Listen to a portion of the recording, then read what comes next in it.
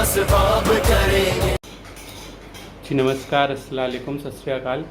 मेरे एक्सीडेंट होने की वजह से कुछ दिनों से ऑनलाइन नहीं आ पा रहा हूँ और अभी पता चला मुझको कि लेफ़्ट आई के अंदर मेरे फ्रैक्चर भी है जिसका ऑपरेशन हो सकता है।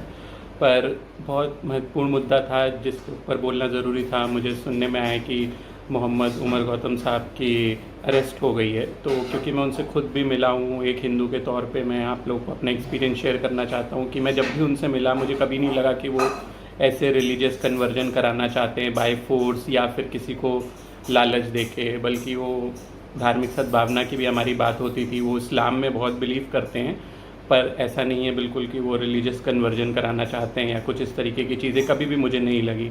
बल्कि उन्हें पता था कि मैं शिव भक्त हूँ, इन सब चीज़ों पे भी हमारी बातें होती थी। और सोशल वर्क बहुत करते हैं वो, समाज कार्य बहुत करते हैं, लोगों की मदद करते हैं।